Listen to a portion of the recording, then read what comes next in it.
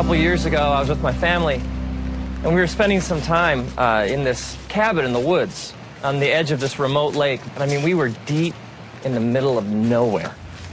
And one morning, my son Trace and I, we woke up and set out to take a walk around the lake. It was one of those mornings, like not a cloud in the sky, and then the birds are singing, and my son Trace, he's about a little over a year old at the time.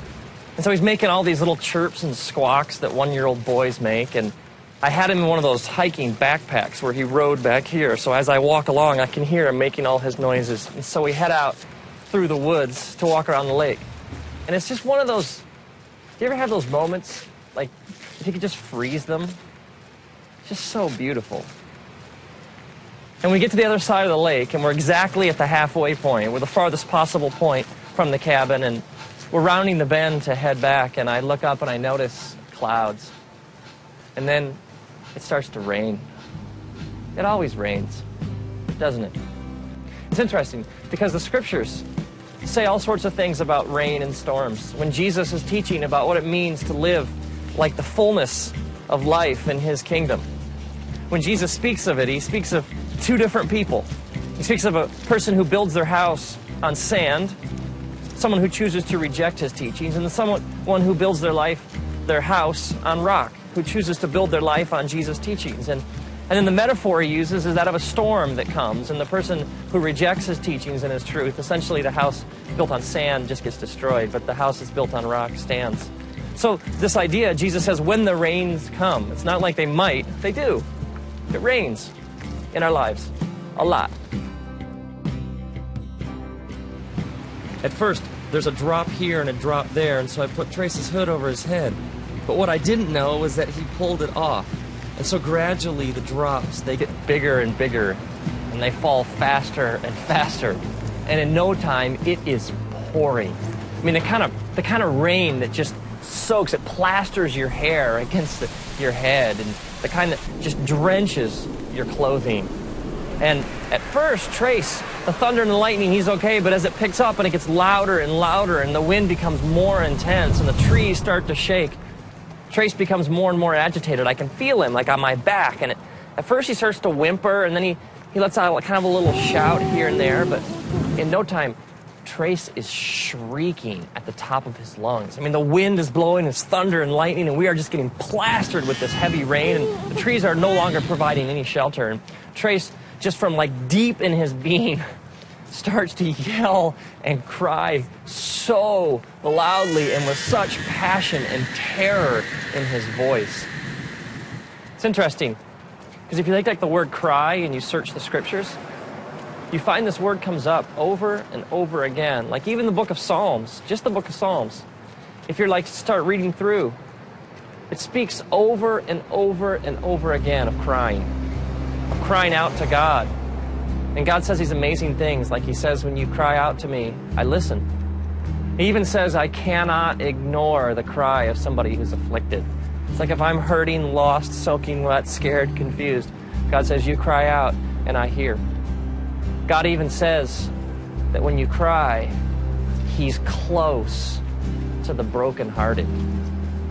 He's close to those who cry out and admit they're scared, lost, soaking wet, and confused. See, there is this false, twisted idea out there among religious people that somehow you got to have it all together to have a relationship with God. That like somehow God's only looking for people who have no problems and have it all nailed down and can put on like the happy face all the time. And yet the scriptures speak directly against this kind of thinking. I mean, Jesus is even just straight ahead, and he says, come to me, all you who are weary and heavy laden. I mean, the essence of salvation is crying out to God and admitting I don't have it all together. It's admitting I am lost, I am hurting, and this sinful nature that I carry around with me has really screwed things up for me. And God, if you don't show me the way home, if you don't fix things, if you don't step in, I am dying here. And this kind of thinking is all throughout the scriptures. It's over and over again. God says to us, when you come to me with all your junk. Come to me with your problems. Come to me all screwed up, all messed up. Let me take care of it. Jesus even sets out looking for people. He even says this. He says, I'm not looking for the healthy. I came for the sick. It's interesting if you think about the storm from Trace's perspective. For Trace, the storm is his reality. He sees nothing else. The lightning and the thunder and the trees swaying and the raindrops and the water just dripping off him. It's all he knows. He sees no reality beyond this storm. What Trace doesn't realize is that as his dad, I would do anything to get him home.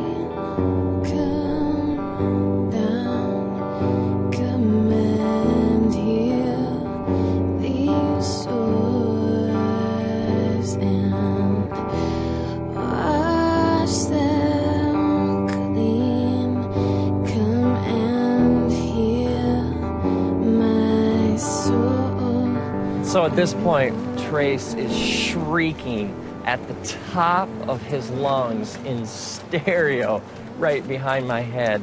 And I stop, and I kneel down, and I take him out of the pack. And I pull him close to my chest, and I wrap my arms around him, and I hold him so tightly up against my heart. And for the last mile of our walk, the entire time, I bend over and I whisper into his ear over and over again, I love you, buddy. We're gonna make it.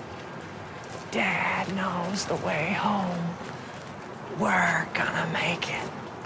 I love you, buddy. And over and over and over again, through the storm, I carry him home, clutched tightly against my chest, whispering, I love you, buddy. We're gonna make it.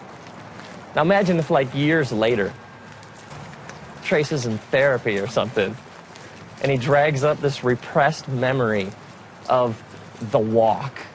And he comes to me and he's like, Dad, what'd you let me go through that for? I got all this junk inside me. I thought you loved me. How could you have exposed me to something that horrible, that storm? I mean, why didn't you protect me? I would be crushed. Because for me, that walk was one of my deepest, most intimate memories of my life with my son. I wouldn't trade that experience for anything. Maybe you're bitter or you got all this anger inside because of some things you've been through, some storms in your life. And you're wondering if he really loved me, if God really was there, he wouldn't have let me go through that. And maybe God is saying, no, man, don't you understand?